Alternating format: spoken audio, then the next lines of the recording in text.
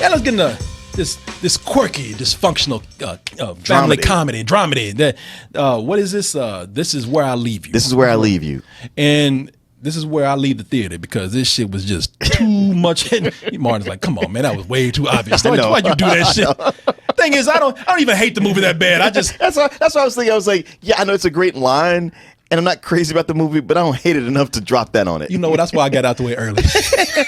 I said, you know what? I have it. If you ain't gonna use it, I will.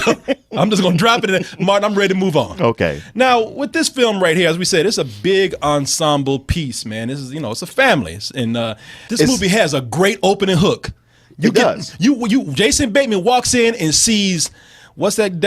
Dax Shepard. Dax Shepard fucking his wife. Right, his boss. And that's his boss. Yeah. If that wasn't bad enough, he gets a phone call from mom, played by Jane Fonda, saying Pops just died. Right. So now he's got to go back. To make things even worse, Martin, he has to go back home to the family that he doesn't even fucking like.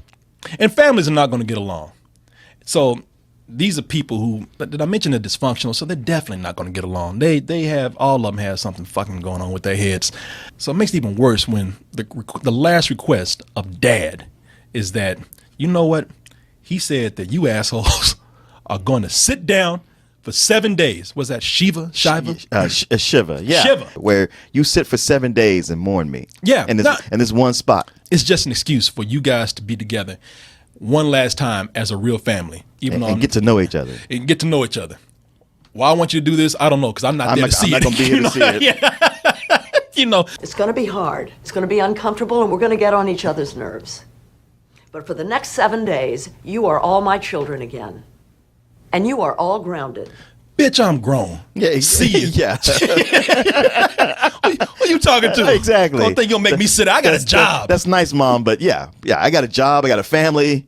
I get Jason Bateman, Stan. He lost his job and his wife. He needs a place to kind of chill out. He's fine for sitting there. Shit, I'll stay here for 14 days if you need me to. Right. But everybody else, I ain't about to get fired sitting up here in a fucking chair. There are so many characters in this movie that you get one character that you get to follow through. And that's Jason Bateman. Right. Because, we open up with him. He's the most sympathetic character. Sure. And he's the character that we spend the most time with. But everybody else, they don't have that much time to get developed. They don't have that much screen time. So that means that they're all very broad. They either have to make their life tragedy broad. They have to make their humor broad. And what happens when you do that? They do stupid shit. Yep. Who would ever think about, this is for the sake of comedy, who would ever think about driving up to your dad's funeral with your radio blasting? Right. Playing hip hop as loud as you can blast it. Yeah. Who would ever think about sitting down with your son that you haven't seen in a long time and saying, hey, son, look at my new pair of titties. And they are nice. Whoops, we damn. come apart there. Mom, can you please close that robe? Please cover it. It's just breast. I wish women would stop saying that. They're just breasts. to you, because you have them. They're not. To me, there's something magical. Well, I said it's something magical. That's a prosthetic. Good. That means she can take them off and give them to me. Yeah, she could. You you want them? Look at Here you go. Look at, she looking at me right now. Corey, you got them. You want them? Take them. All these types that they do in here, they're all from other movies. So many other movies. There's that Coming Home for Christmas with Holly Hunter, and there's another one with Sarah Jessica Parker that's got Robert Downey Jr. in it. Corey Stoll, he's the older responsible brother. He hates it because, hey, I had to look after everybody. That's why I never had fun. Tina Fey, yeah, you know what? I took care of you because mom was out being sexual and getting titties. And Adam Driver, I'm the young fuck up. I'm the youngest. Everybody, let me get away with things. So now I'm a womanizer. Everybody thinks it's cute. The only one. Oh, and let me just mention, by the way, somebody that we did not say her name, but you saw in the trailer and the clip we showed a little while ago, Rose Byrne, who's somebody who is great, who has great talent. I love whenever I see on screen. Sure. But she ain't got a fucking thing to do in this movie except look at Jason Bateman like this. When you gonna fuck me? You know what I'm saying? She's got one or two good lines, and you could tell she could have the potential to be a developed character, but she doesn't get enough screen time. It sounds like you about to let Jason Bateman off the hook here. I am. And I'm not going to. Why? Because Jason Bateman was playing the Jason Bateman character. Martin, look at him. He's like, why you hate me, Martin? I don't hate him, but he's always playing hey, I'm a nice, responsible guy that life shits on, and I just kind of smile and try to keep going while there's crazy people all around me, but I'm the one who's smart. He does play the same character every time, and this is the easiest paycheck that he's ever gonna get. You can have irritating characters. Like, I don't have to have characters likable, but they can become likable if they're really funny. If they're really funny, it offsets their assholishness. It almost works together in tandem to make them, the sum greater than the whole greater than the sum of its parts. But they weren't that funny. Like, I got plenty of chuckles, but never any big laugh. This is a Hollywood family. Yeah. This is a Hollywood universe that we've seen portrayed over and over and over and over again. They come in with the same problems. They come in with the same characters. They have the same beats as these kind of movies. Hollywood just says, you know what? Either we believe that you're too stupid to realize this, or this is kind of where you want to escape in, no matter how much logic needs to figure into this. So, fuck it, man. They did have some tender moments. I really liked certain bits of dialogue, even amongst the annoying characters. I like when Adam Driver approached Tina Fey and said, you know what, I just want to let you know, I don't appreciate you enough. You know, you raised me. You're not mom, but you raised me. Adam Driver just kind of throws me off. Like I just can't quite get a beat on him. There's something unpredictable about him and what he's going to do. Maybe because he looks crazy. and he looks crazy. Shit, he does. I mean, he's a weird looking dude. If they ever bring back Joe Camel and make a movie about him, I know they don't need no CG. He's got a super long face and his body that's extra long and lanky, but he's not really that skinny. But he looks like he could be. But you know what? I never know what's going to come out of his mouth. But I thought he worked in this for that. It's like, as much as like, yeah, he's that annoying cliche younger brother fuck up character, I actually found a lot of dimension just in his performance that he was able to put into it. You know what Adam Driver is?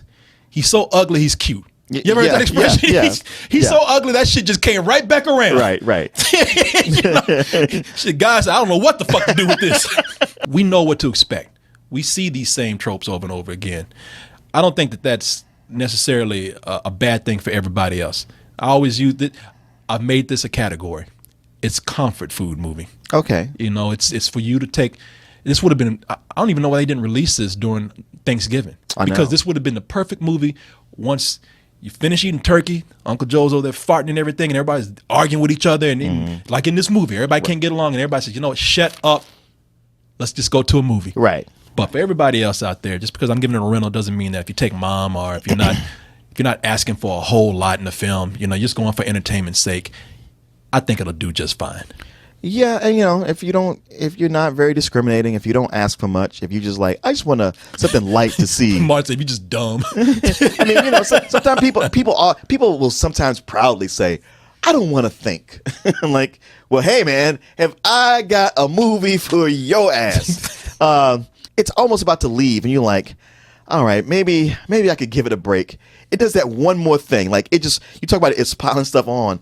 It puts that one more box on, that one last straw that made the camel go, ah! Oh my God, I forgot to mention. No, let me pull it back. No, what the fuck was I thinking? Shit, Corey, you stupid. You stupid. The end of this fucking film is such a cop-out. Yeah. It was okay. It was doing just fine. You're like, yeah, look, no harm, no foul. Let's just and then the movie just walks out with some last minute pull it straight out my ass surprise twist shit, just so the audience would go like, ooh. That's what it's about, as cheap as you can get. Yep. Fuck that. Rewind the fucking clock. Low rental. Oh, yeah. And I'm not going to go bullshit, but fuck you for that. We were good. You know what? Martin, it's almost like this. It's almost like we've been arguing. Mm-hmm. And then I say, Martin, you know what? I'm sorry, man. We're good. Yeah. You like, look, we'll just agree to disagree. We're friends. Let's not argue like this. I'll see you tomorrow. All right. Asshole. What? The fuck? Yeah. The movie did. The movie did that. The movie called me a fucking asshole at the end because they thought I was too dumb to just be content with what I had. I personally am saying fuck you, movie, but I'll give it a low rental. Yeah. Jason Bateman like, stop arguing, guys. Oh, fuck. Get off that ice. Get the fuck off my camera. Get the fuck off my screen. Go make another movie just like this one.